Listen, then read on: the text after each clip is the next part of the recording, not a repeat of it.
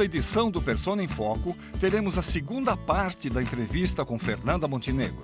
Ao lado dos seus companheiros de trabalho, o diretor teatral Celso Nunes e o ator Sérgio Manberti, Fernanda expõe as suas experiências no teatro, no cinema e na televisão. Um rico painel das artes cênicas brasileiras dos últimos 75 anos.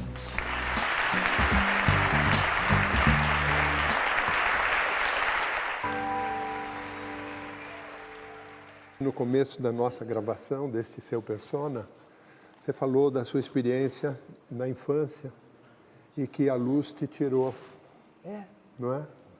E em certos momentos você também afirma que se você fosse diretora, você queria assim só o ator com uma luz. Então, se você puder nos falar um pouco disso, como é que é essa questão do cenário e como que é essa depuração toda, a luz, o ser humano dentro dela e essa sua sensação lá de infância de ter subido, saído do chão. Eu tinha a impressão, assim, quando eu entrei tinha uma luz, que na minha memória é uma luz cor-de-rosa. E eu achei que eu estava suspensa do chão, sabe? E foi um momento, assim, de uma viagem, entendeu? É o seguinte, como atriz, o teatro só existe com o ator presente. É o bicho por excelência, é a razão por excelência do outro. Você pode coadjuvar, você pode explodir a cena, você pode imaginar montagens espetaculares, mas tem uma hora que o bicho ator tem que dar conta. Então você começa a seguir o ator, tanto faz ter cenário como não ter cenário, ter luz, não ter luz, desde que a pessoa está ali, basta uma luz qualquer, não precisa ter um estudo de iluminação em cima dele. E você começa a ouvir, e você começa a ver que aquele homem está impregnado. Esse é o poder de nós atores. Nem sempre a gente acerta full time, nem sempre a gente tem o Divino Espírito Santo baixando na gente, compreende? Mas às vezes a gente, ele hoje não baixou, mas eu tenho que fazer aqui o meu jogo e vamos então fazer a dança do santo, o tema do santo para ver se ele baixa. Agora, quando baixa, sai de baixo. Uma vez conversando com o Solnado, que é um ator e um cômico português de muita qualidade, que viveu um tempo até no Brasil, ele disse para mim, olha, Fernanda, eu amo tourada, eu sou louco por tourada, eu vou para a Espanha caçar, Tourada. Mas agora, você tem que ver 200 touradas para ver uma tourada. Então, às vezes, a gente tem que ver 200 espetáculos para ver um ator. Agora, na hora que você vê aquele ator, nossa, você se identifica, você se acha, assim, num conceito de humanidade aglutinada ali, te dando razão de ser também ao espectador. Mas isso não acontece todo dia, de vez em quando a gente acha. Mas... Essa vibração de você estar suspensa no ar, eu te vi suspensa no ar quando você fez Viver Sem Tempos Mortos, que era você sentadinha, só com aquela volume de luz em cima de você, e durante uma hora você conversando com a gente e contando aquela história fantástica da vida da Simone de Beauvoir, com, né? com o Pois é, ali nem é. Você estava suspensa. Mas, meu amor, ali nem é uma dramaturgia.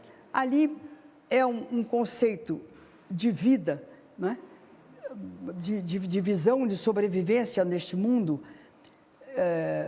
que esta extraordinária mulher, que eu lamento que ela não tenha, assim, o respeito, ela não tem o respeito do Sartre, né? Ela não inventou conceitos. Agora, é uma socióloga que, do ponto de vista humanitário, no que diz respeito ao feminino, é uma estruturadora de visão do feminino. É uma revolucionária. Então, fica quieto, né? não enfeita, porque o que ela está falando é que tem que ser, tem que ser passado adiante. Fica aqui, senta aqui e fala agora o negócio lá. O homem é uma realidade finita, que existe por sua própria conta e risco. No princípio, o homem é nada, e será nada até o que fizer de si mesmo. Mas aí tem aquela coisa estranha, que também você não explica nem no existencialismo. Mas o acaso tem a última palavra. Bom, aí... Bom.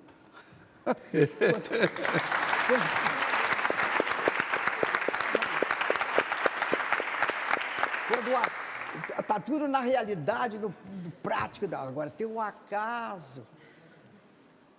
Aí, minha filha, aí não tem o que fazer. Já que a gente está falando de pairar, eu acho que o teatro também, o cinema te roubou um pouco do teatro. Eu vi A Falecida, que é uma experiência, mas eu vi tantos outros trabalhos seus no cinema. Como é que foi esse teu encontro com o cinema? Personagem. A Falecida é um personagem extraordinário. E no Leon, na direção do Leon, e também por causa do Glauber Rocha, que dizia, vamos esquecer esse negócio de Nelson Rodrigues e os militares, pegar a obra do cara. Então o Leon pegou A Falecida, e A Falecida é uma denúncia social, existencial social. Porque antes era um pouco alegórico, o Nelson até ali, e depois também. Às vezes fazem uma coisa mais gongórica, mais... Não, o Leon pegou e fez uma história de dois pobres diabos abandonados socialmente, compreendeu? E que a mulher quer ter um enterro, porque também é do subúrbio do Rio de Janeiro, e eu sei disso porque a minha pobre família pagava a funerária para ter um enterro digno. Você podia pagar uma funerária mais pobre, média ou rica. Isso era o subúrbio do Rio de Janeiro. Minha avó pagava a funerária para ter um enterro melhor, porque é o enterro que dá a dimensão do que você é como ser humano e como você passou na vida. Você não pode ser enterrado pobremente, que nem um marginal, um pobre diabo de rua. É no teu enterro, isso é do Nelson. Mas o Nelson é o Rio de Janeiro, é o subúrbio do Rio de Janeiro. Eu sei disso na pele. Então, ela vai lá e se entrega para pro bicheiro lá, porque ela quer ter é uma merda de vida desgraçada. Mas se ela tiver um enterro, ela vai ter um lugar nela, aqui, ali, além. E acaba o marido apostando o dinheiro. Ela faz o enterro de nada. Então, mas isso tudo dentro de uma visão existencial social. Né? Então, para mim, foi ótimo, porque não deixou de ser um personagem teatral também. Né? E sempre tem uma carga da dramaturgia. Se não tem a carga da dramaturgia, você não consegue ter seu rosto ali, compreende? Não sei se é isso também, eu estou falastrando aqui, tentando me explicar, porque também você não sabe racionalizar toda a sua possibilidade de sobrevivência, que é no estômago, que é no espírito. Quando a gente falou aqui, né, teve uma mudança de qualidade assim na sala, ficou uma coisa suspensa ao falar da luz e tal. Por isso que é um danado de um diretor. Então, agora a pergunta é, quando é que você percebe que o personagem gruda em você? E quando é que você percebe que ele sai? Todo dia é uma viagem que você não sabe onde vai dar. Você tem alguns pontos de referência no caminho, né? Mas se você não achar esses pontos, ou se você, por uma azar, tomou um caminho que atravessava, né? Então, todo dia é uma viagem especulativa e de desafio. Será que eu vou chegar lá? Será que hoje vai acontecer do Divino Espírito Santo? Né? Às vezes também acontece isso, aquela cena maravilhosa. Quando você faz assim, você já danou, eu já perdi aquilo. Porque entrou numa razão, me explicam que aquilo deu um sentimento de qualquer coisa. Bom, aí é um código que eu tenho que sujar isso, não me contaminar com aquele código que aquela pessoa viu daquele jeito. É muito complicado, porque todo dia é uma viagem. Todo dia é uma viagem. Também a presença da plateia. Há plateias que estão sentadas assim, no cóccix, assim. Que você tem que fazer o cara sentar assim. Tem uns que já entram assim e você tem que dar conta daquela expectativa. Também uma fala do Jouvet. Há dias que nem a plateia tem talento. Isso é do Jouvet. É um desafio. Como não é a vida também? É a vida também. Você dobrou um caminho, você não sabe onde vai dar. Vai descer ali, dar um jeito na perna, que nem eu dei lá em Salvador, que estou aqui me danando de... Agora já está calmo. Mas você nunca sabe, vai pegar a xícara, de repente cai aqui, já molha tudo, já tem... E é tudo tão calmo, tão bem, né? Isso acontece na cena. Isso acontece com a gente na cena. É uma expectativa na busca. Não, tem dia que você quer abrir uma porta, a porta não abre em cena, uma coisa misteriosa. Era comédia, uma grande comédia, um boulevard, um vaudeville maravilhoso. Eu estou entrando bela, formosa, uma roupa da Calma Mustinho, deslumbrante. Entrei, o sapato ficou na porta. Aí, acabou, né? Aí todos nós rimos. Muito bem, peguei o sapato, botei o sapato. Estou com o Sérgio Brito na cena fazendo um vaudeville. A barata começa a voar. Um teatro de 120 lugares, assim. Aquelas baratonas de verão.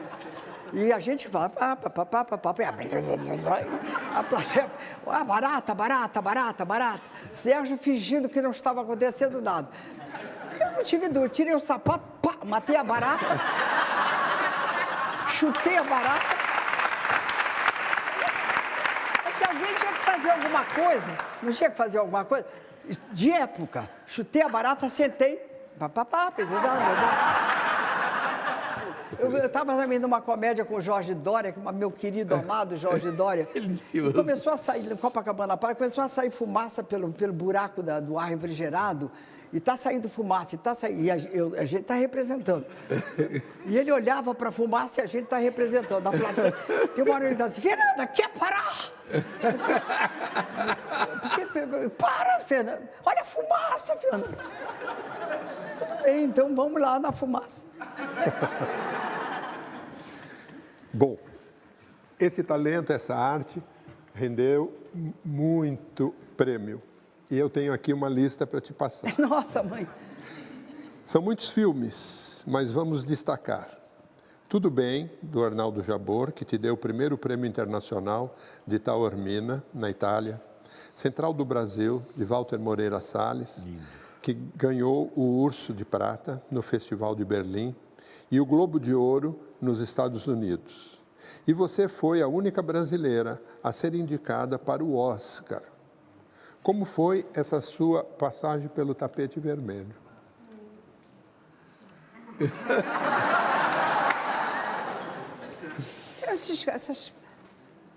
Não, é o seguinte, não posso, não podia, não poderei nunca pensar ganhar aquele prêmio. Porque latina, 70 anos, ninguém sabia de onde eu vinha. E com aquelas personagens, aquelas personalidades hollywoodianas, eu me sentei, botei a minha roupa, Valentino, botei, sentei. Pá. Não tem mais dinheiro, não tem mais comida. Ótimo, foi uma experiência ótima. Mas não era... Engraçado. uma experiência bonita. Agradeço muito essa oportunidade que a vida me deu. Mas o que, em essência, a gente tem com aquele mundo, né? Nós gravamos o depoimento com um dos diretores de um dos seus filmes e ele faz uma definição muito legal a seu respeito, olha só.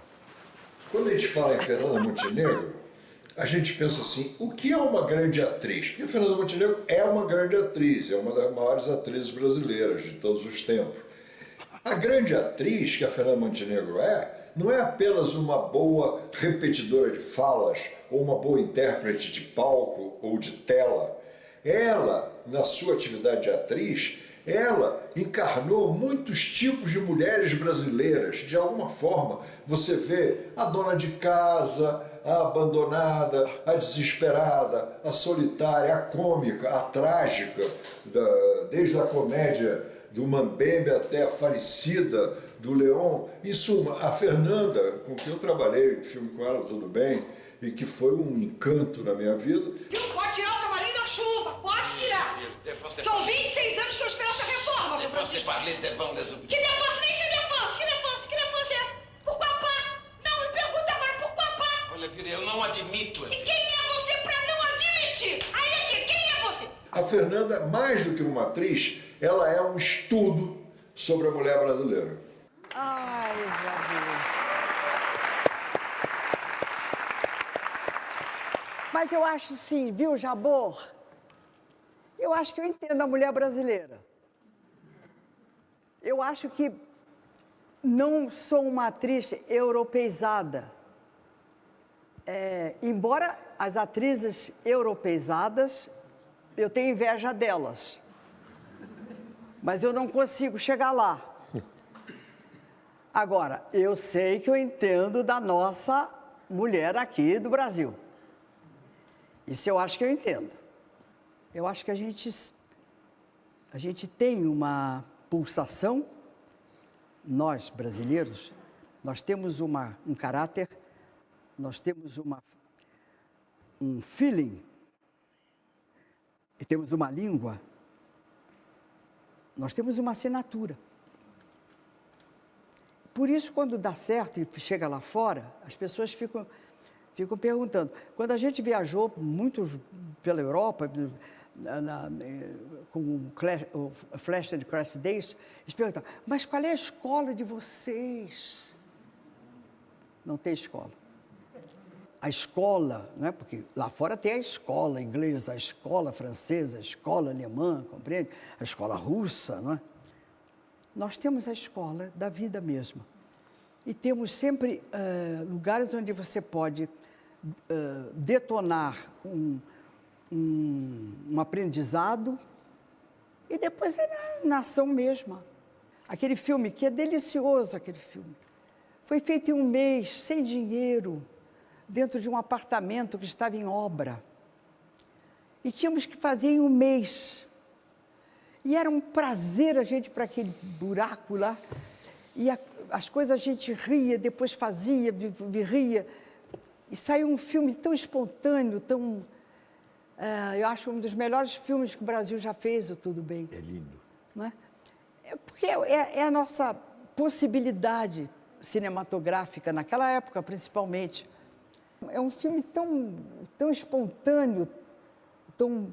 Isso eu devo ao Jabor, querido Jabor. Grande diretor. Não é? Muito bem, vamos dar uma paradinha agora, intervalo rapidinho, voltamos já já com o Persona em Foco.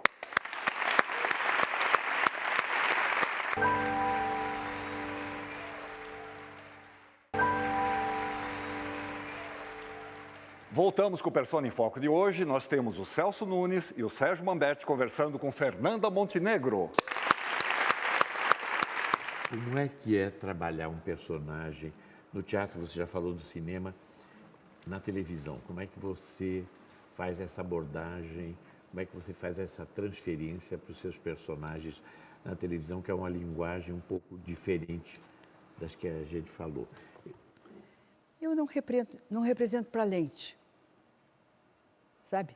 não tomo conhecimento se a lente está aqui, se está ali, se eu tenho que olhar para cá, se eu tenho que olhar para lá, se eu tenho que falar para aqui. Essa objetividade do espectador, né? Eu trabalho, se quiserem me pegar no meu jogo, tudo bem, se não quiser pegar também, pegasse, entendeu? Eu acho que às vezes o problema da TV é se propor para a lente, se didatizar para a lente. Olha como eu choro, olha como eu sou comediante. A lente não te surpreende, entende? Porque está na mão está na mão de terceiros. Isso aqui não, palco não. Está na tua mão.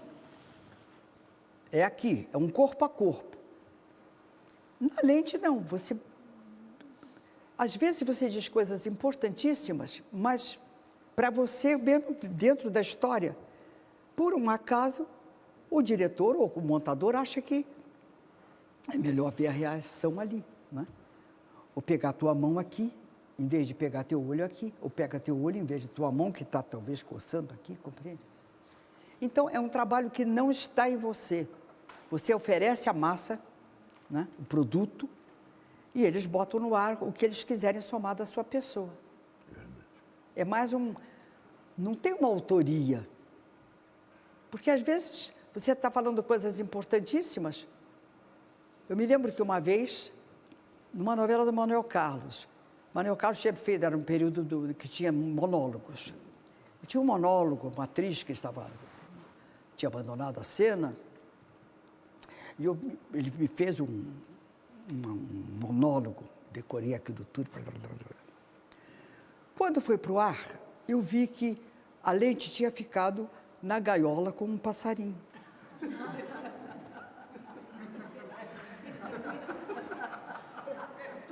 Aí eu perguntei para o diretor, mas você nem me deu uma quicada para voltar? Eu disse, não, porque o passarinho era uma visão dele, era a sua solidão. Ah, bom, tá bom. Se me tivesse dito, eu teria lido. Eu queria com tudo.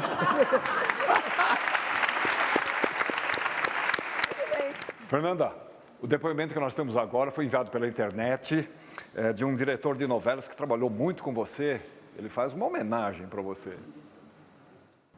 Fernanda, quando a gente se conheceu lá por volta de 1968, nos corredores da TV Excelsior, você sendo já a grande Fernanda Montenegro e eu um simples figurante, engraçado como a gente se deu bem.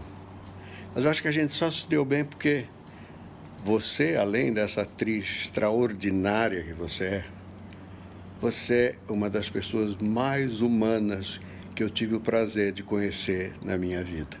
Você sempre teve uma confiança enorme no meu trabalho. E você não imagina como isso me dignifica. Você não imagina como eu me sinto lisonjeado de ter feito tantas novelas com você. Quando eu criei A Guerra dos Sexos, e eu criei para você o personagem da Charlot, se você não tivesse feito, a novela não existiria.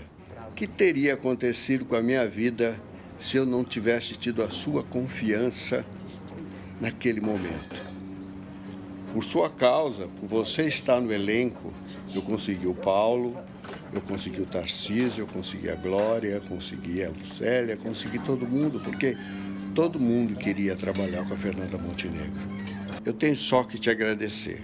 Mas eu, antes de tudo, eu quero dizer para todo mundo que você não é só essa atriz maravilhosa. Você é uma grande amiga, você é uma grande companheira, você é uma grande profissional e, acima de tudo, você é uma grande mulher. O Brasil se orgulha muito de ter uma brasileira chamada Arlete Pinheiro ou Fernanda Montenegro. Gente, aqui! O que mais? Ah, tem geleia! Geleia aqui! Olha, a gente encontra na vida pessoas também, assim, especialíssimas. O Silvio de Abreu, ele era ator E ele era o lugar-tenente de um outro ator, que eu vou pedir licença para não dizer o nome, mas era galã. Então, ele era o bandido. E como galã, ele não podia ser bandido. Então, a bandidagem tinha que ser feita pelo lugar-tenente. Então, nunca era o galã que fazia as coisas terríveis, mas era o Silvio de Abreu, de peruca. Então, já se tirava sarro disso, não é? Porque também tem que ter humor a vida, tem que ter... Se você não tem humor, não existe, não há fígado que aguente. E quem é Dona Picucha? Pois é, Dona Picucha. Quem é a Dona Picucha? Me fala. A série da Doce de Mãe, né? Doce de Mãe. Doce de Mãe. A gente fez modestamente. O Jorge é uma pessoa tão criativa, tão brasileira, tão ligado assim, ao todo dia da vida do ser humano brasileiro. Aí, foi lá para o Emmy, eu ganhei o Emmy, depois ele ganhou a série, né? Na nossa brasilidade, no nosso companheirismo de trabalho, na nossa humanidade de resistentes, porque também tem isso no brasileiro, né? A gente é resistente. Como a gente é resistente, né? A gente precisa agradecer muito quando a gente encontra companheiros de viagem que ajudam a gente a atravessar o rio Amazonas. Doce de Mãe, quem será do elenco dessa minissérie que também gravou uma mensagem para você? Quem será? Fernanda, Fernandinha, Fernandona. Você me disse que você teve vários apelidos, que as pessoas te chamam de vários nomes. Eu te chamo de mãe, às vezes, né? Porque eu já fui sua filha, tive esse prazer de ser sua filha no Doce de Mãe, no piloto, na série, no Cambalacho. Eu não sei nada da sua filha! Vocês estão pensando o quê? Vão me tratar como se eu fosse um lixo e vão me humilhar aqui! Eu não sou lixo! Eu quero ir embora! Vai embora! Se ter filhos bons é só fazê-los felizes. Eu sou um homem bom, muito bom. Mas quantas panquecas a senhora fez? Porque nós somos 7 bocas aqui. 8! 7 por enquanto. É um barato trabalhar com você, adoro.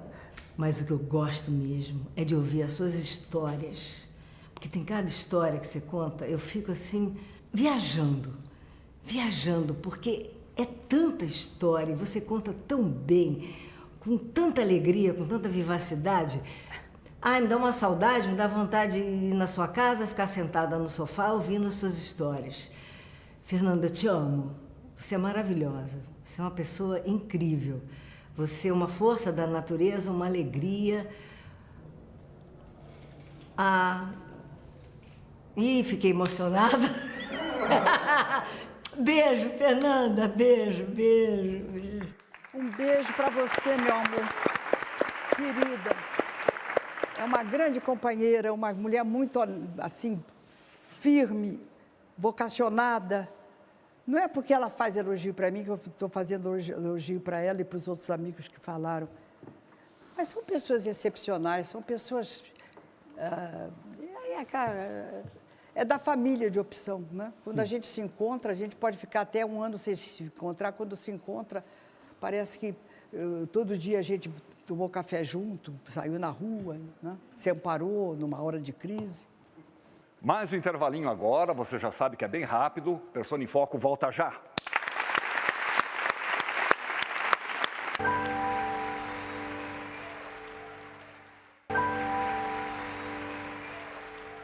Voltamos com o Persona em Foco. Hoje nós temos o Sérgio Mamberti e o Celso Nunes. E eles estão entrevistando Fernanda Montenegro. Essa pergunta aqui vai um pouco na direção de você estar passando adiante um pouco. Claro que aqui você está compartilhando com a gente de momentos muito especiais e de uma forma falando um pouco de como você se relacionou durante a sua vida com o teatro, com o cinema, com a televisão, com as pessoas, né? Mas eu quer dizer, eu te conhecendo, eu vejo que, principalmente nos últimos anos, você tem se preocupado muito em trocar essa experiência, todo esse saber que a gente vai adquirindo com outras gerações. Queria que você falasse um pouco sobre esse teu momento, essa tua experiência. Essas últimas coisas que nós fizemos, fizemos mais pela periferia. A mesma coisa o Nelson.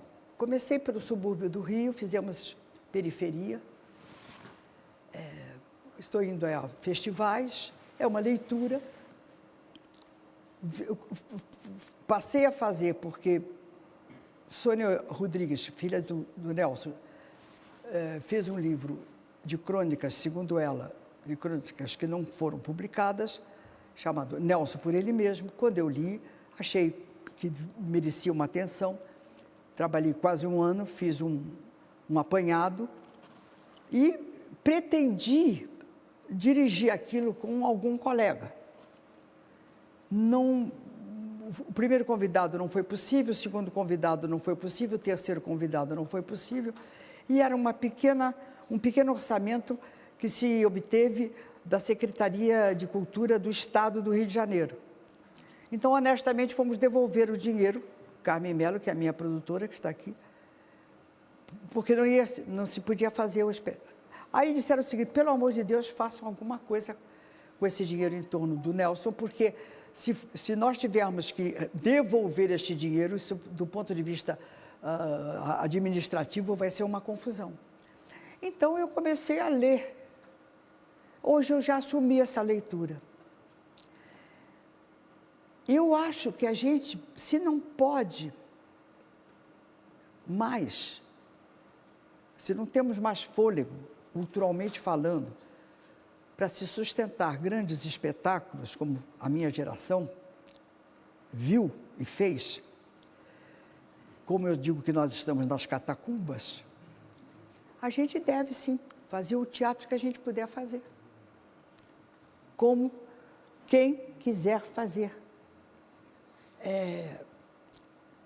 É um esforço, eu acho, hoje em dia a gente está num esforço místico com o teatro. Mítico porque o teatro é imorredouro. É algo fora da não existência. E místico porque a fé que nós temos nessa bendita profissão, o bendito ofício, faz a gente viver assim, onde for possível fazer. Se não é nos grandes centros, porque geralmente nos grandes centros você faz sexta, sábado e domingo, imagina. Ou, assim, um mês num teatro do governo, porque você paga só 10%, 15%, sei lá. Né? Então, quando você me fala disso, nós temos que continuar, compreende? E vamos continuar. Então, essa é a minha experiência, que já vem de longe. Eu tenho uma oficina de leitura dramática que a gente já fez pelo Brasil afora, fora dos grandes centros. A própria leitura do Nelson, a própria Simone de Beauvoir. Fizemos Simone de Beauvoir nos céus. Ninguém foi embora. Fizemos Simone de Beauvoir na periferia do Rio de Janeiro. Tem um momento que eu acho que é um momento assim referencial. Uma plateia de mestiços brasileiros, de pobres brasileiros, que você não sabe quem é o desempregado, o doméstico, o professor de filosofia, porque é tudo o mesmo salário ou é tudo o mesmo não salário. Eu sei que tinha debate. A mulher levanta-se e diz assim: essa mulher aí não é de nada, é a Simone de Beauvoir. Fica atrás desse homem. Eu não tenho homem nenhum. Tenho 2 filhos, trabalho e sustento meus 2 filhos. Eu não sei por que essa mulher não largou esse homem para cuidar da vida dela. a visão dela sobre a Simone de Beauvoir, gente. Agora, quando nós pedimos a Lei Rouanet, a partir daí nunca mais usamos a Lei Rouanet, já tem mais de 10 anos.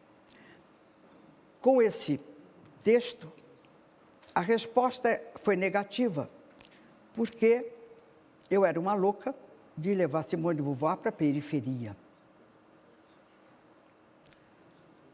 Carmen Mello foi a Brasília, conversou com o ministro da Cultura na época, que é sociólogo, perguntou para ele se ele, como sociólogo, ele achava que aquilo era uma impropriedade para as periferias do país. Ele botou o jamegão e passamos, então, a fazer o espetáculo. Então, é por aí, está entendendo? Pressupõe-se que o povo tem que ter determinada diversão, determinada informação, mas é impressionante como eles estão na frente da gente, ou dos pressupostos coordenadores políticos e o diabo a quatro. Não sei se eu respondi, se eu fui por outros caminhos. Nossa, muito bem. Então, eu tenho uma questão que acho que vai um pouco nesse sentido, que é, o teatro hoje tem que ser barato. Tem a tal da contrapartida social e obrigatoriedade da meia entrada e, portanto, não vive mais da bilheteria. Tem que ser subsidiado. Isso não cria um impasse na produção? É a isso que você chama de populismo teatral? Acontece o seguinte, que o estudante tenha um privilégio, acho justo. Só que, se você for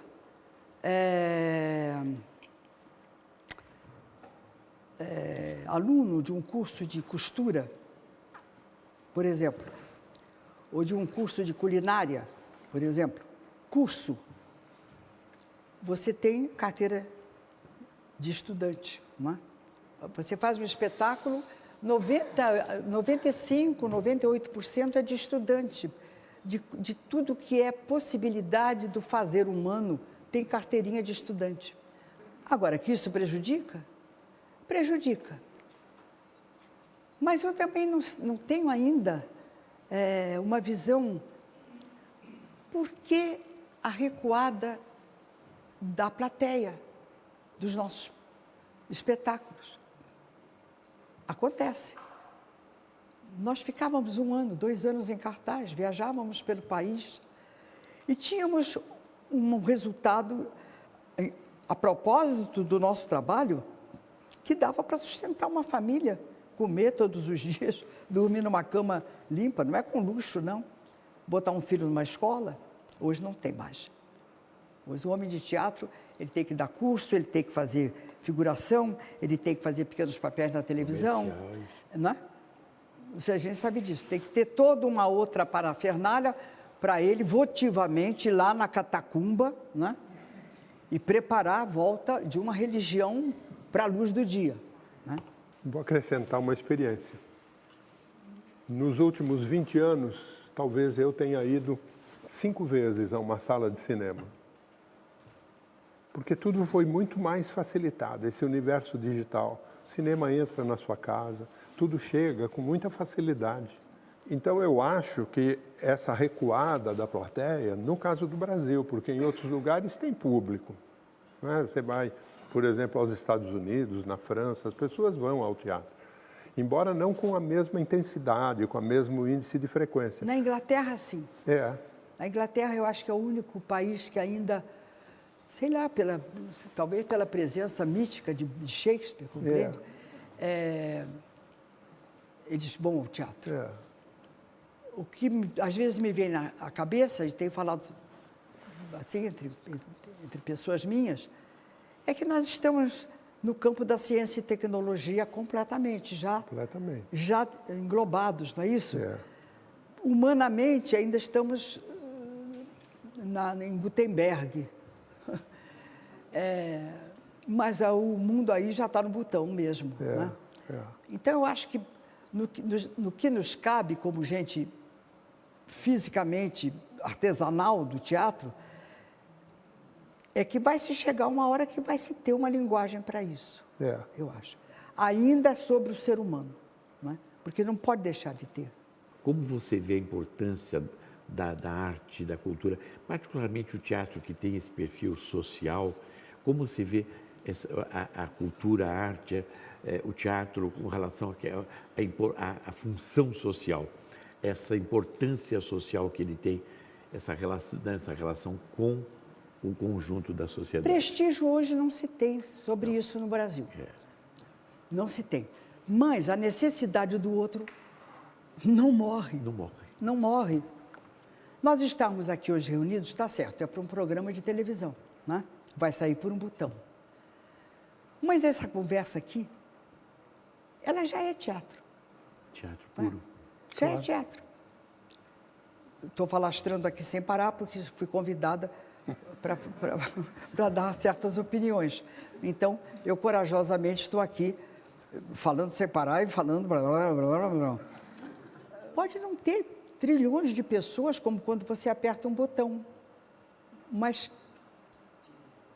do ponto de vista de sobrevivência da existência mesmo, está ótimo. Que milhões de agrupamentos pequenos se reúnam assim pela vida fora e pelos séculos afora. Não é? Com certeza. Mas não vai deixar de existir. Por que você não aceitou ser ministra da Cultura? A que ponto nós chegamos?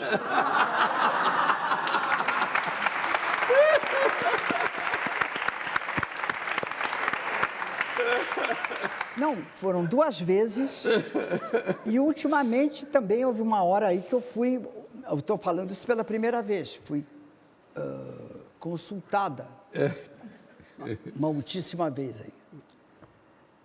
Não.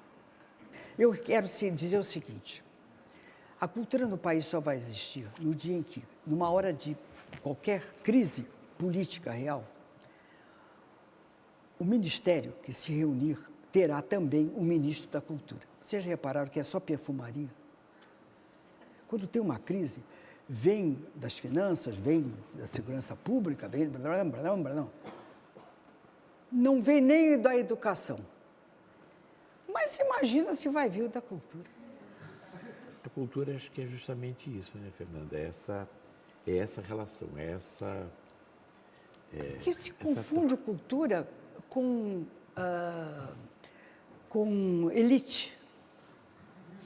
Entendeu? Mistura cultura com elite. Já ouvi que cultura tira o prato de comida do pobre. Já ouvi. A cultura é questionadora, indagadora.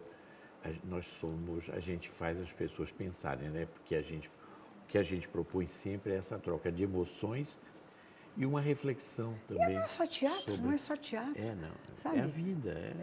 É todo o fazer humano, é todo o artesanato humano. Todo o artesanato humano, que no caso, quando é excepcional, pode chegar à arte. Mas, na verdade, é o artesanato.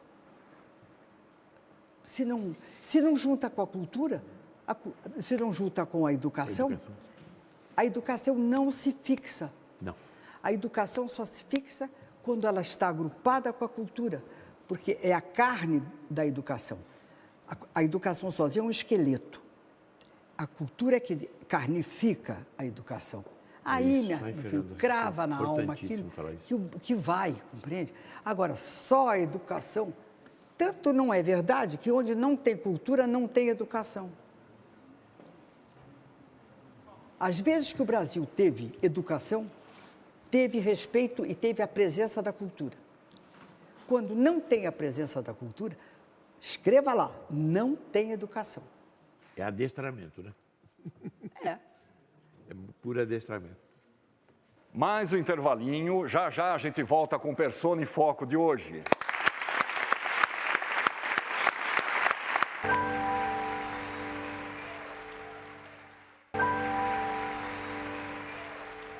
Muito bem, o último bloco do Persona em Foco. Continuamos aqui com o Celso Nunes e o Sérgio Mamberti. Eles estão conversando com Fernanda Montenegro. Agora nós chegamos aonde começamos. Então, eu vou te fazer a última pergunta, que na verdade é mais um elogio. E queria aproveitar Já também... tive a elogia beça.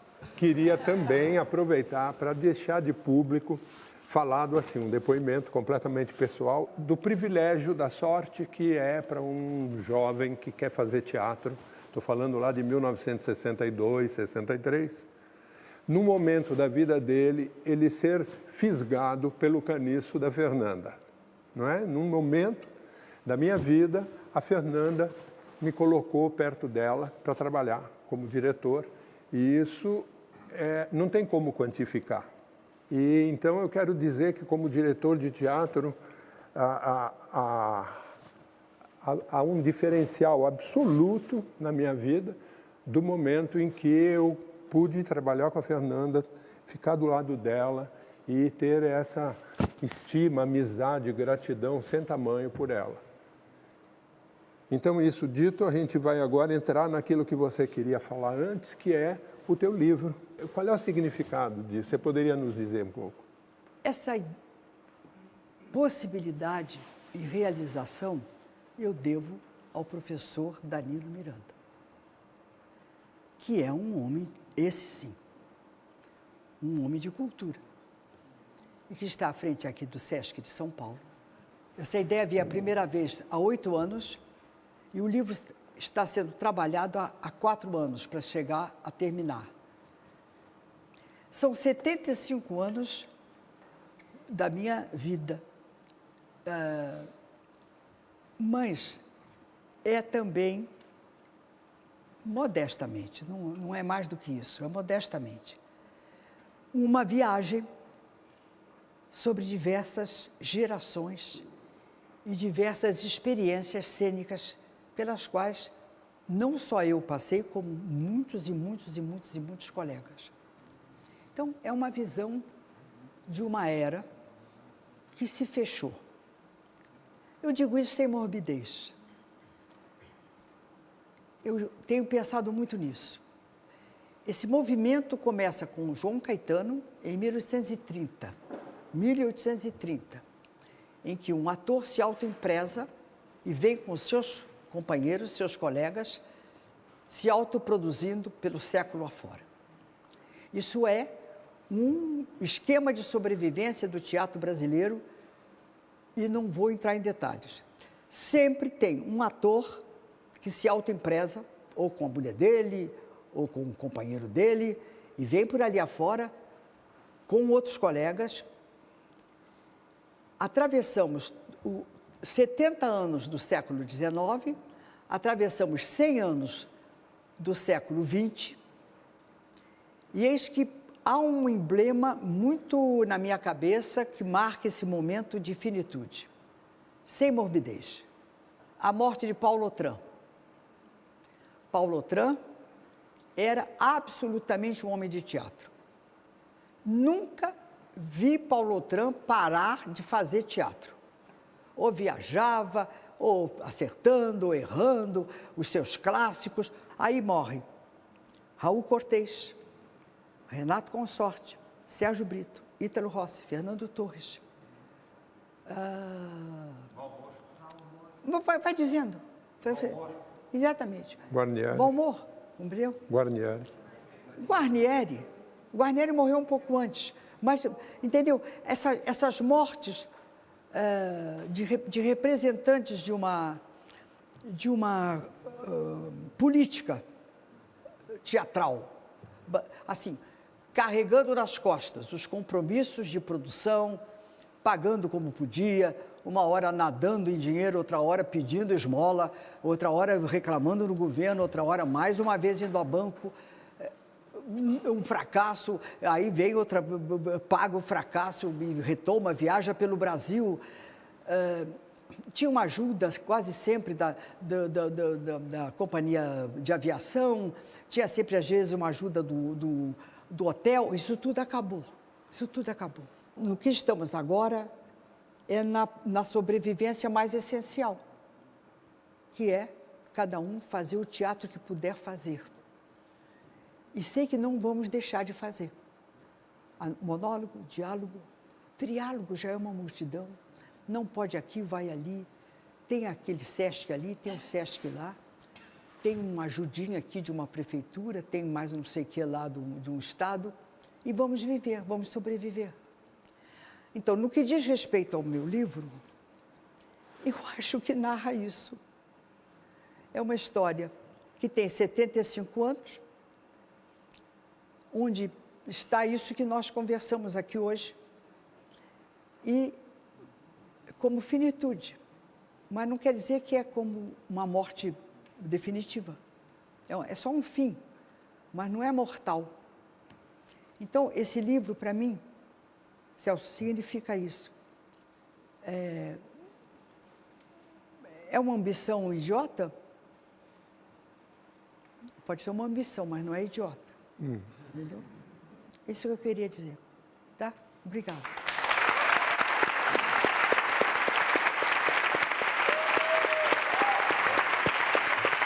Muito obrigada. Fernanda, não poderíamos deixar de ter aqui um depoimento do Danilo Santos de Miranda, diretor regional do SESC São Paulo, que é também um seu admirador. Oi, minha caríssima Fernanda, é um prazer enorme falar com você desta forma. Em primeiro lugar, para dizer da nossa alegria enorme no SESC de estarmos participando desse momento da sua vida com essa publicação maravilhosa, que é esse depoimento, mais do que um livro, é um enorme depoimento de amor ao teatro, de valorização de toda uma geração, nessa demonstração do seu apreço ao ofício, do modo como você encara seu trabalho, que para nós é um exemplo extraordinário. Eu gostaria de dizer que para mim você é como assim uma estrela brilhante no céu, multifacetada, com inúmeras imagens e inúmeros modos de ver, você como artista efetiva que você como pensadora de todo esse momento da cultura, do país, você como empreendedora, como mãe extraordinária, avó, figura exponencial de toda uma geração. Então, eu gostaria de dizer que essa alegria nossa está consubstanciada não apenas nesse livro, mas na enorme admiração que eu, particularmente, em nome de todo o SESC, aqui de São Paulo, mas também de todos aqueles que pensam, refletem e discutem a nossa cultura, a nossa realidade. Viva Fernanda Montenegro! Obrigada. Viva! Obrigada. Fernanda, você é um espelho onde se miram artistas de todas as gerações, de várias gerações. Para os mais novos, você representa um ideal a ser alcançado. Para quem está começando na carreira agora, para quem pretende seguir a carreira artística, que breve recado você poderia deixar para ele? Ver se realmente é uma vocação, porque não é fácil. Eu sempre digo, vai embora, não fica nessa profissão, te manda embora. Agora, se você morrer, se você adoecer,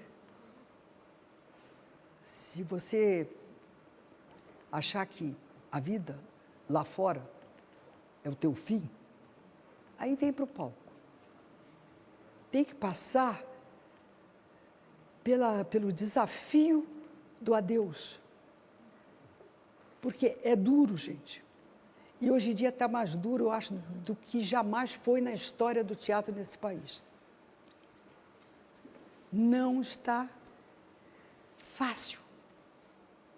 Isso é o teatro. Talvez pela televisão, o cinema, principalmente televisão, que é hoje o campo onde a gente come. É um lugar onde se come, mesmo que seja um pequeno papel, porque o teatro é só a condenação ao palco. E é desconfortável. A nossa profissão é desconfortável. A gente vive na busca infinita de outro, do outro, do outro. O que é uma doença? Talvez seja uma doença. Então, o que eu digo é isso, com muita emoção. Se afastem. Se morrer fora do palco, aí volta. Porque eu acho que aí tem a dimensão exata do que vai ser exigido de vocês. Não tenha romantismos paranoicos, compreende? E aí voltem e lutem dentro do que vocês entendam como sua linguagem moderna de teatro, com as possibilidades até econômicas que vocês conseguirem tirar, juntar de alguma maneira. Agora, isso tem um preço.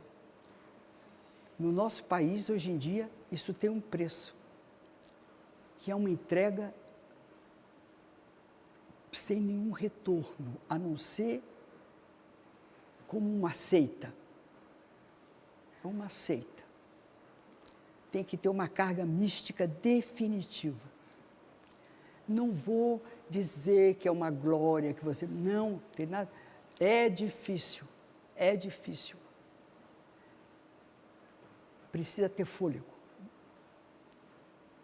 E o teatro, por incrível que pareça, mesmo em circunstâncias negativas, é o nosso fôlego. Tá? Então é isso. Obrigada.